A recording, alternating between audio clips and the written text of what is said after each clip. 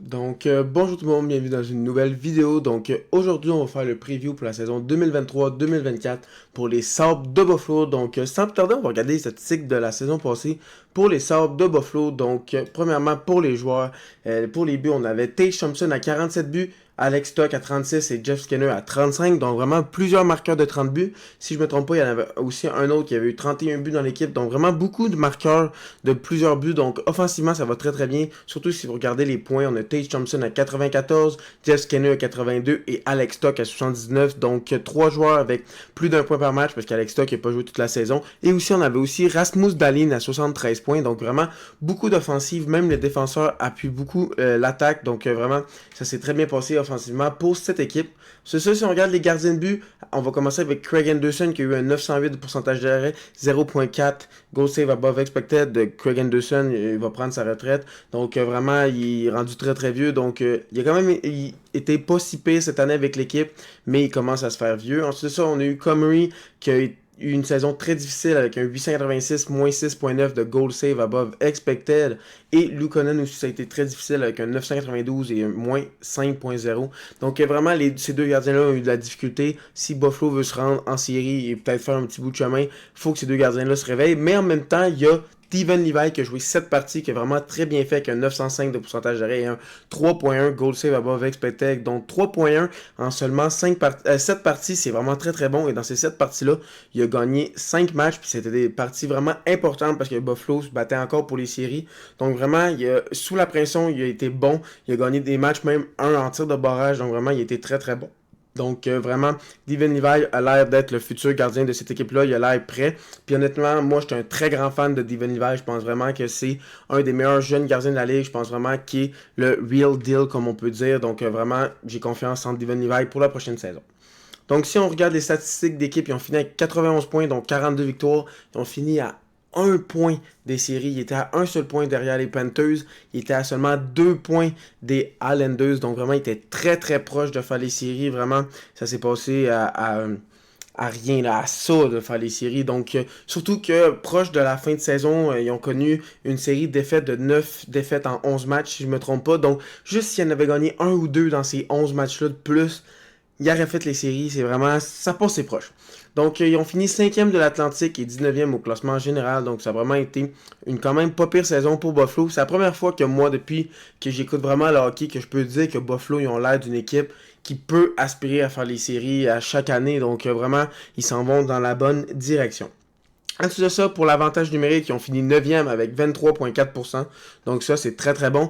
Mais en désavantage numérique, c'est 73%, donc 28e. Donc on voit qu'il y a vraiment une différence. En attaque, ça va très bien, mais défensivement, c'est plus difficile. Surtout quand tu regardes les buts pour, sont 3e de toute la ligue. 3e au total de la ligue, mais 26e pour les buts contre. Donc vraiment, faut améliorer défensivement, puis ça va aller super bien. Puis avec l'ajout d'un Devin Levi, ça va grandement aider. Donc déjà là, ça peut déjà augmenter leur classement pour les buts contre. On va voir qu'est-ce que ça va donner. Les joueurs qui sont partis et les joueurs qui sont ajoutés. Les joueurs qui sont partis, il y a Anderson, Inestroza et Lyubushkin. Donc, rien de majeur. Et pour les additions, rien de majeur non plus. Clifton, Johansson et Tokarski. Donc, vraiment, le DG de cette équipe-là, des Sabres de Buffalo, se dit que son équipe est prête. Il a l'impression que l'équipe est dans la bonne direction, qu'il n'y a pas besoin de faire de gros ajouts, pas d'ajustements à faire. Vraiment, l'équipe, il la voit aller dans la bonne direction, puis il veut pas direct faire un gros move, genre je m'en vais chercher un gros agent libre, mais ça va nuire à mon équipe dans le long terme, parce que oui, Buffalo, ils pourraient faire les séries l'année prochaine, mais c'est le début d'une grosse porte qui s'ouvre pour eux pour les 5, 10, 15 prochaines années. Donc, j'aime bien le fait que le DG de Buffalo ne fait pas de gros moves pour tout de suite faire un petit bout de chemin puis peut-être nuire à son futur. Si on regarde l'alignement plausible pour la saison prochaine pour les Sabres de Buffalo, on a le premier trio de Jeff Skinner, Tage Thompson et Alex Stock qui a très bien fait la saison passée. Si la chimie est encore là, ça va être un trio incroyable.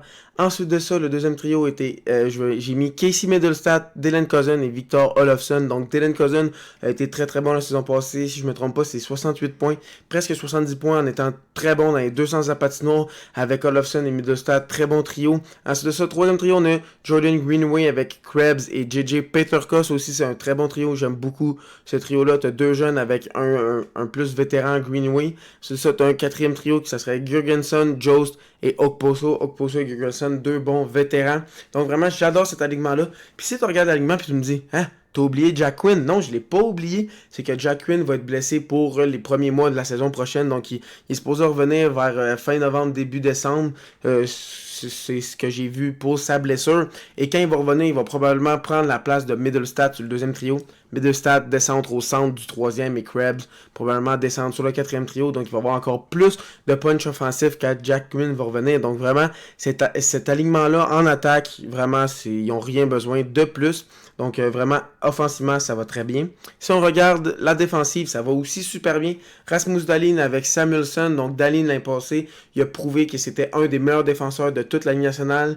Donc avec Samuelson qui est un gros défenseur qui joue physique. Très bonne première paire. C'est ça, tu as Owen Power à sa première saison. Il a vraiment été très très bon.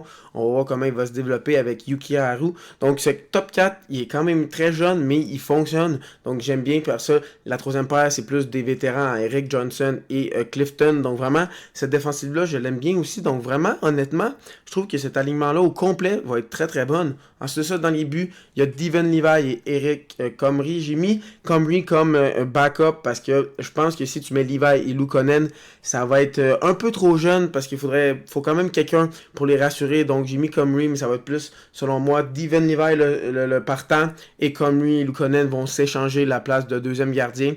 Donc lui qui va jouer le mieux va être le deuxième gardien. Mais selon moi, plusieurs personnes ont des doutes sur Devon Levi, mais moi je pense vraiment que c'est un bijou, ça va être le gardien cette année pour Buffalo qui va les amener à un autre niveau. Mais en même temps, c'est un jeune joueur, donc ça pourrait être plus compliqué. Donc on va voir qu'est-ce que ça va donner. Ensuite de ça, si on regarde les joueurs qu'ils ont en extra, ils ont en attaque Jack Quinn, comme j'ai dit, qui est blessé avec Lucas Roussek. Ensuite ça, en défensive, on a Riley Stillman et Jacob Brison. Ensuite ça, dans les buts, on a Ukko-Pekko, Luukkonen et Dustin Tokarski. Donc, il y a quand même plusieurs joueurs à chaque position qui peuvent remplacer. Donc, vraiment, cette équipe-là, même s'il y a quelques blessés, ça pourrait quand même bien aller. Ensuite de ça, quand on regarde les prospects, honnêtement, défensif dans les buts, il n'y en a pas vraiment parce que défensivement, c'est Power, Dahlin sont déjà dans l'alignement et dans les buts, c'est Devon Levi, puis lui aussi fait déjà l'alignement. Mais en attaque, même avec tous ces jeunes-là, on a Thompson, Cousin, Middlestat, Krebs, Peterka, Quinn, Jones, qui sont tous des jeunes joueurs. Tu as quand même Matthew Savoie, Zach Benson, Isaac Rosen et Jiri Kulich. Tous ces joueurs-là, c'est des joueurs qui peuvent jouer dans un top 6, même jouer dans une première ligne. Donc vraiment, dans quelques années, Buffalo, il va quasiment être une dynastie. Matthew Savoie, selon moi, va être dans un top 6 facilement. Zach Benson, pour moi, c'est un joueur de première ligne. À ce ça, tu as Jiri Kulich, que l'année passée, dans la Ligue américaine, il a vraiment très bien fait. Il serait peut-être déjà prêt à faire l'alignement cette année. Donc, imagine, tu rajoutes un Jack Quinn et un Kulich à cet alignement-là. C'est juste incroyable. Donc, vraiment, Buffalo sont vraiment dans la bonne direction. Je comprends très bien pourquoi le directeur général ne fait pas de gros mouvements pour aller chercher un vétéran plus vieux parce qu'ils n'en ont pas besoin, honnêtement. Cet alignement-là va être vraiment fort pour plusieurs années. Donc, moi, je m'étonne moi-même à dire ça parce que d'habitude, Buffalo, c'est ha Buffalo, encore dernier, Buffalo, ça marche pas, ça fait 15 ans, ça fait 10 ans, ça fait 12 ans, je sais plus trop, qui font pas les séries, puis on fait juste rire de eux depuis plusieurs années. Ils ont fait une reconstruction pendant qu'ils étaient déjà en reconstruction, ils ont décidé d'y retourner. Donc là, finalement, ça a l'air d'être dans la bonne direction. Donc honnêtement, ça va être fun à voir Buffalo jouer. Est-ce que Buffalo va finalement aller en série? C'est ça la grosse question. L'année passée, ils l'ont manqué, comme je l'ai dit, de 1 point. Donc est-ce que cette année, ils vont passer à un autre niveau? Honnêtement, c'est peut-être une hot take de ma part, mais moi, j'ai l'impression que les Sabres de Buffalo vont probablement finir top 3 de la division Atlantique. Puis honnêtement, je serais zéro surpris qu'ils finissent deuxième derrière Toronto, parce qu'on sait que les Canadiens vont probablement être derniers. Ensuite de ça, tu as Boston qui ont pu leurs 2 premiers centres, donc ça va être compliqué. Ensuite de ça, tu as Tampa Bay qui ont perdu des gros joueurs en Killorn, en Palade dans les dernières années. Donc on va voir qu'est-ce que ça va donner. Après ça, les Panthers, ils ont plusieurs blessés pour le début de saison, comme Matthew Tkachuk, puis des défenseurs aussi. Donc on va voir qu'est-ce que ça va donner aussi. Puis est-ce que Détroit et Ottawa sont prêts à être devant Buffalo? Je le sais pas non plus. Donc honnêtement, je serais vraiment pas surpris qu'ils soient top 3, même deuxième derrière Toronto. Donc vraiment, J'ai l'impression que ça va être une très belle saison pour Buffalo la saison prochaine. Et honnêtement, en série, je serais même pas surpris qu'ils fassent un bon bout de chemin. On a déjà vu ça des équipes avec un jeune gardien qui vient dès sa première année, rentre en série puis fait vraiment des flamèches. Donc on a vu ça avec Matt Murray, Bennington. Donc vraiment, ça pourrait être une équipe qui surprend cette année. Donc dites-moi dans les commentaires qu'est-ce que vous pensez qui va arriver avec les Sabres de Buffalo cette année. Et dites-moi si vous pensez qu'ils vont faire les séries. Si vous êtes encore là, sûrement que vous avez aimé la vidéo. Donc n'hésitez pas à liker, à vous abonner si ce n'est pas déjà fait. Et sur ce, bonne fin de journée.